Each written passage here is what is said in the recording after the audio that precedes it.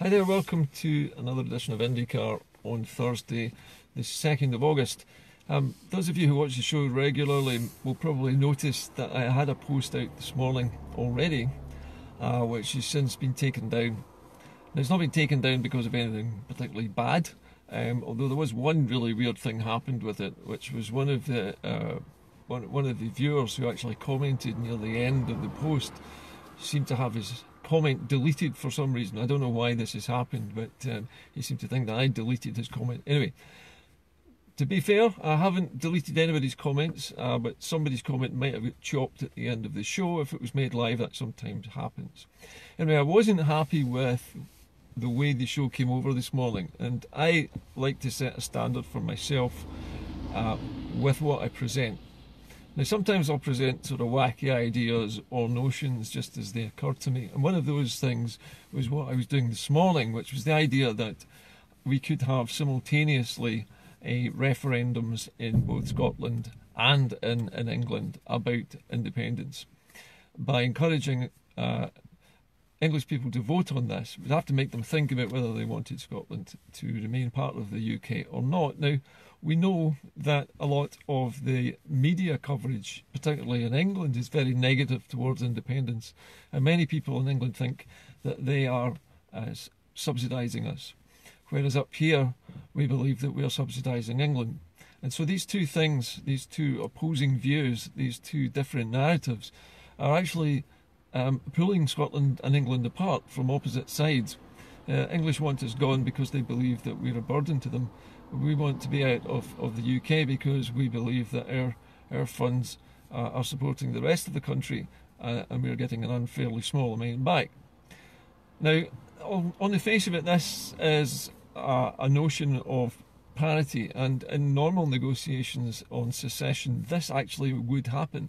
Both parties in the secession would vote. In other words, the original country plus the one that was seceding would have a vote, and if they both agreed, then the secession would go ahead without any contest, which in theory sounds great, except for the fact that, as somebody pointed out, that once people in England got wind of the fact that the truth was they were actually not supporting Scotland, but it was the other way around, then the British media would start changing the narrative again to suit the new truth as it finally comes out. They'd work out some way around it.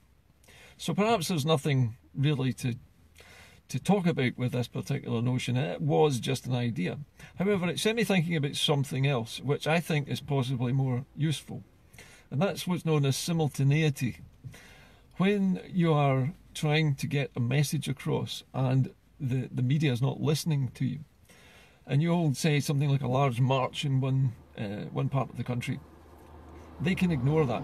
They can just simply not report it, not send any newspaper coverage, not send any cameras to it, and therefore it doesn't appear on the television, it doesn't appear in the newspapers, except perhaps in local newspapers. And there is the problem that independence referendum campaigners have had since 2012, is that all of the mainstream media is pro-UK, and therefore we cannot get a look in. Now, what if instead of just having one big march in one place, which we have been doing a lot recently, we have marches in 3 or 4 places, or events in 3 or 4 places simultaneously, where it's much harder for people to not be aware of it. Now, it's easy for people, say in Edinburgh, to not be aware of a march in Glasgow, and so on and so forth. It's a lot harder for them to ignore us if they've been told that not only is there something happening in your neighbourhood, but something happening in somebody else's, in Dundee, in Aberdeen, in Inverness. There's things happening at the same moment everywhere. That is a much more difficult thing for the British media to hide from everybody, because like a whack-a-mole, as soon as they hit one of these down and think they've covered it up and hidden it, another one will pop up somewhere else. One of the great strengths of the independence campaign movement is that it doesn't have a single leader. And the good thing about not having a single leader is it doesn't have one single entity organising its activities. It has many different groups very successfully organising very large events on the spur of the moment sometimes, people coming in with generators and things that are needed at the last minute. So we're very, very good at what you might call a sort of guerrilla tactics, like, you know, producing pop-up mobs here, there and everywhere, having large marches, but also having other events. And it seems to me like this is possibly the way we need to go now, that we need to have, or need to plan to have, something like triple events across the country now. Instead of just one, have 2 or 3 simultaneous big events at the same time, which is much harder for people to ignore. Live stream them all to the internet, post them on YouTube, and encourage the media to come and see one or all of them, or put out press releases saying there are going to be 3 simultaneous events, either be pop concerts or rallies or marches or something, some stunt, something to get people's attention. We can have bridges for Indy surrounding a town where there's a big event going on, for example. We've got bridges for Indy. We will eventually have a pipe band that will be able to march almost anywhere in its full Indy panoply. We will have perhaps people on the water for independence. We could organise something at marinas or on the rivers. There are also groups working on in other parts of the country, in smaller places, in smaller villages, putting up flags, making sure there's bunting up, making the presence felt, I think is the phrase I'm looking for. Keeping the Saltire visible in every single corner of the country. And that simultaneity needs to keep building all the time.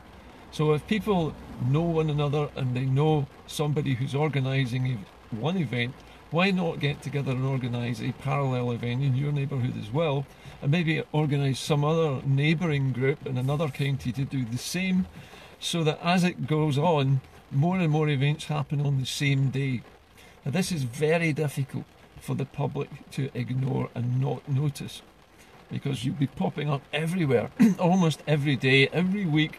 Independence will be popping up somewhere in front of them, in the shopping streets, in the malls, in the shopping centres, outside of schools, outside of churches, in parks, anywhere we can gather, and anywhere that we can raise the flag and raise the prospect of independence as the way to save Scotland from being damaged by an unplanned, uncontrolled Brexit.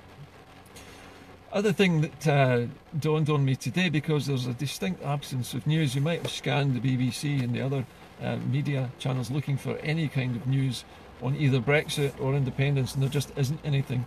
When I looked on the BBC's website this morning, there was a story about some poor man whose little boy's grave was being picked clean by the local council, wouldn't allow them to leave flowers and toys at the graveside.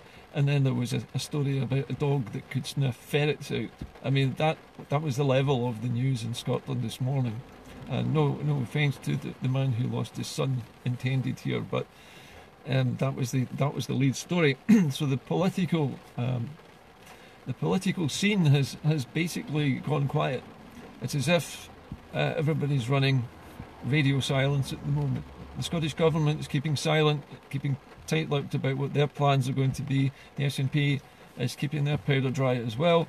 The British Government is on a massive tour around Europe, trying desperately to romance the Europeans into accepting their very weak and rather pathetic attempt at a trade deal. So everything at the moment is in abeyance. We're on holiday. It's what they used to call the silly season, where the news stories are about skateboarding ducks and people being struck by lightning and things of that sort. So we can't expect to hear very much more at the moment. But what we can do is use this time to plan some more events, and it would be fun to do something really spectacular. I don't know if anybody's done any skydiving or paramotoring, something in the air, perhaps a banner being towed by an aircraft, but something big that cannot be missed easily by anybody. Somebody circling a city in a plane with a message on it saying independence is coming, that sort of thing. Somebody projecting the word liars in laser light onto the BBC's transmitter dish. That would be something. These are the kinds of peaceful and civil demonstrations that I'm talking about. Not just marches, but things that keep people thinking about independence. Independence is the way out of your current troubles. Independence is the way for Scotland to survive not only Brexit, but the coming slump in the world economy. The world economy has stagnated. We now know we haven't had an increase in interest rates for 10 years. Today was the first one in a decade, and it's 0.25% up.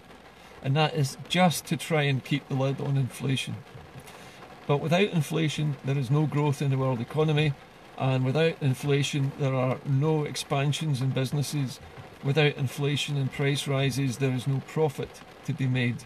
And so the global business community at the moment is basically treading water. And everybody is holding their breath, waiting to see what happens next. But what will happen next is rather sad, because what will happen next is some businesses will start to fail as business starts to trail away again. We are slowly sinking into a recession globally at the moment, but when Brexit strikes and when those tariffs apply to our goods going into Europe, and when we have to pay taxes on the food and other materials coming in from Europe, that's when inflation will shoot up. And because wages are going to stay stagnant or go down, nobody will be able to cope with that, and another recession is almost inevitable. So I guess what I'm saying today is, instead of this morning's post, which was a little flippant, I have to say, the idea of asking England to have a referendum on independence with us so that they could vote to chuck us out, well, we vote to chuck ourselves out, was maybe just a little bit too light-hearted for some people, some thought to get very seriously. But the idea of simultaneous demonstrations instead of simultaneous referendums is not a bad one. And it's something which, in terms of military strategies, is used a lot when you're fighting a bigger enemy than yourself or a bigger foe in a battlefield. Making multiple attacks simultaneously forces that larger force to divide its attention. And that means it takes its eye off the ball, and the smaller force can get in about them from behind.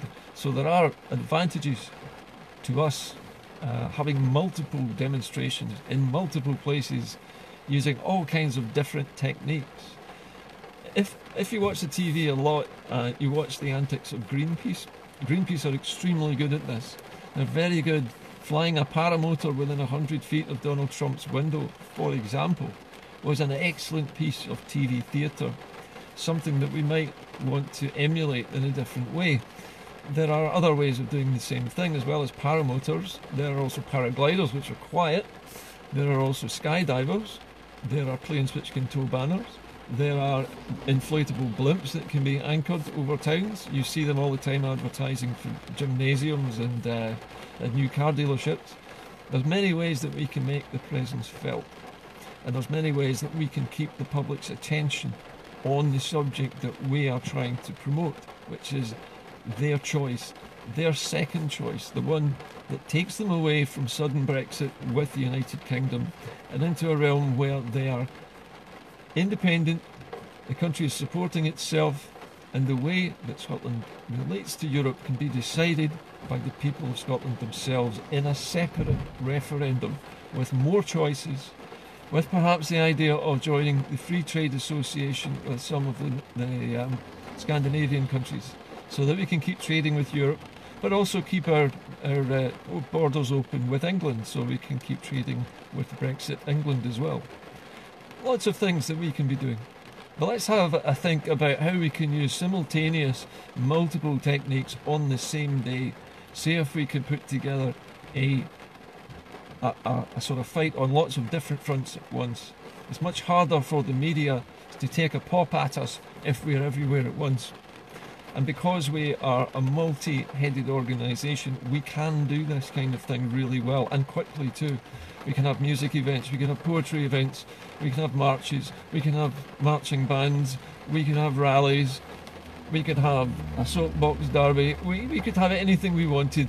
We can have the Yes Bikers driving around Knockhill racetrack raising money for IndyRef.